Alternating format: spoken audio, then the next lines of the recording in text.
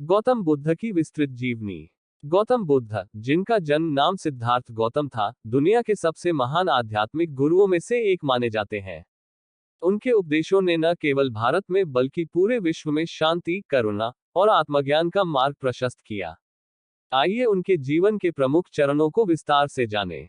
1. जन्म और प्रारंभिक जीवन। जन्म। सिद्धार्थ गौतम का जन्म लगभग 563 बीसी में लुम्बिनी, वर्तमान नेपाल में हुआ था।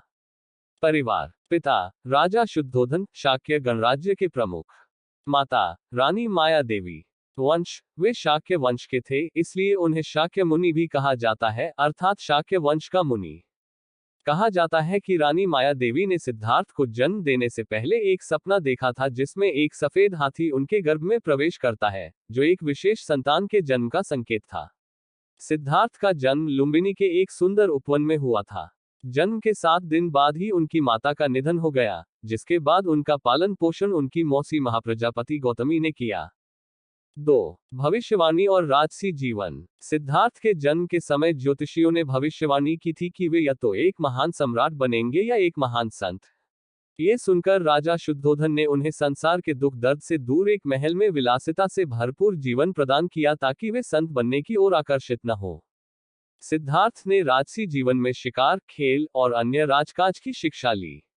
उनका विवाह 16 वर्ष की आयु में सुंदर राजकुमारी यशोधरा से हुआ और उनके एक पुत्र का जन्म हुआ, जिसका नाम राहुल रखा गया। 3. 4 महान दर्शन, 4 साइट्स। राजा के प्रयासों के बावजूद एक दिन सिद्धार्थ ने महल से बाहर जाने का निश्चय किया। वहां उन्होंने जीवन के 4 महत्वपूर्ण सत्य देखे। बुढ़ापा। एक वृद्ध व्यक्ति को देख सिद्धार्थ ने पहली बार महसूस किया कि हर व्यक्ति को बूढ़ा होना पड़ता है। रोग। एक बीमार व्यक्ति को देख उन्हें एहसास हुआ कि बीमारी भी जीवन का एक अनिवार्य हिस्सा है। मृत्यु। एक शव यात्रा देखकर उन्होंने जाना कि मृत्यु से कोई नहीं बच सकता। सन्यासी। एक तपस्वी को देखकर सिद्धार्थ को शांति और सच्चे ज्ञान की खोज के प्रति प्रेरणा मिली। इन 4 दृश्यों ने सिद्धार्थ के मन में गहरे सवाल खड़े कर दिए। जीवन का उद्देश्य क्या है? दुख का कारण क्या है? क्या दुख से मुक्ति संभव है? 4. महाविनिष्क्रमण, संसार का त्याग। 29 वर्ष की आयु में सिद्धार्थ ने अपने परिवार और राजसी सुख सुविधाओं को छोड़ने का निर्णय लिया। इसे महाविनिष्क्रमण कहा जाता है। उन्होंने रात के अंधेरे में अपने प्रिय घोड़े कंथक पर सवार होकर महल छोड़ दिया। उनके साथ उनके विश्वासपात्र सारथी चन्ना भी थे। उन्होंने अपने राजसी वस्त्र उतारकर सन्यासियों जैसे सामान्य वस्त्र धारण किए और सच्चे ज्ञान की खोज में निकल पड़े। 5. तपस्या और आत्मबोध की खोज। सिद्धार्थ ने कई वर्षों तक विभिन्न गुरुओं से शिक्षा ली। आलार कालाम और उद्दक रामपुत जैसे योगियों से ध्यान और साधना सीखी। उन्होंने गहरी तपस्या की, यहां तक कि कई दिनों तक अन्न और जल का त्याग किया। परंतु अत्यधिक तपस्या के बावजूद उन्हें वह शांति और ज्ञान नहीं मिला जिसकी उन्हें तलाश थी। उन्होंने महसूस किया कि न तो विलासिता में और न ही कठोर तपस्या में सच्चा ज्ञान छुपा है। मध्यम मार्ग, मिडल पाथ। सिद्धार्थ ने एक संतुलित जीवन शैली को अपनाने का निर्णय लिया, जिसे उन्होंने मध्यम मार्ग कहा। यह मार्ग न तो अत्यधिक सुख विलासिता का समर्थन करता है और न ही कठोर तपस्या का, बल्कि संतुलित और संयमित जीवन को महत्व देता है। 6. बोधगया में ज्ञान प्राप्ति, बोधि। सिद्धार्थ ने अंततः बोधगया, बिहार, भारत के एक पीपल वृक्ष के नीचे ध्यान लगाना शुरू किया और संकल्प लिया, जब तक मुझे सच्चा ज्ञान प्राप्त नहीं होता, मैं यहां से नहीं उठूंगा।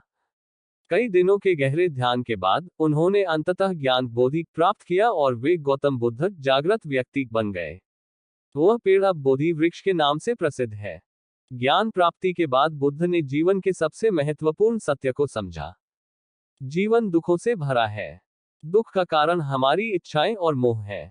इच्छाओं के समाप्त होने से दुख का अंत संभव है।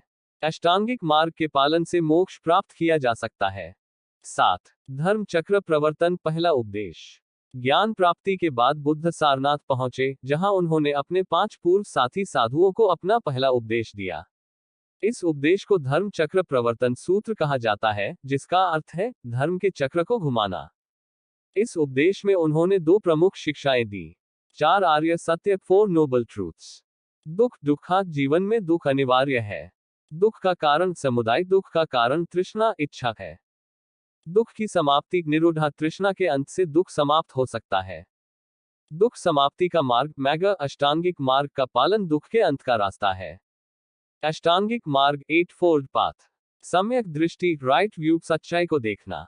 सम्यक संकल्प राइट इंटेंशन सही सोच और इरादा। सम्यक वाणी राइट स्पीच सत्य और मधुर बोल। सम्यक कर्म राइट एक्शन सही और नैतिक कर्म। सम्यक आजीविका राइट लाइवलीहुड ईमानदारी से जीवन यापन। सम्यक प्रयास राइट एफर्ट सही दिशा में प्रयास। सम्यक स्मृति राइट माइंडफुलनेस सजग रहना। सम्यक समाधि राइट कंसंट्रेशन ध्यान केंद्रित करना। 8 बुद्ध का प्रचार और अनुयायी। बुद्ध ने अपने जीवन के शेष 45 वर्षों तक भारत के विभिन्न भागों में घूम घूमकर उपदेश दिए। उनके प्रमुख अनुयायियों में शामिल थे आनंद, उनके प्रिय शिष्य और निजी सहायक। महाकश्यप, उनके प्रमुख अनुयायी। राजा बिंबसार और अशोक महान जैसे शासकों ने भी बौद्ध धर्म को अपनाया और फैलाया। बुद्ध ने जाति, लिंग या वर्ग के भेदभाव के बिना हर किसी को धर्म स्वीकारने का अधिकार दिया। उन्होंने महिलाओं के लिए भी भिक्षुणी संघ की स्थापना की।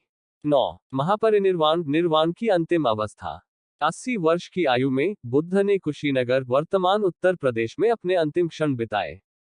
उन्होंने अपने शिष्यों से कहा, अब दीपो भव, अर्थात स्वयं अपने दीपक बनो।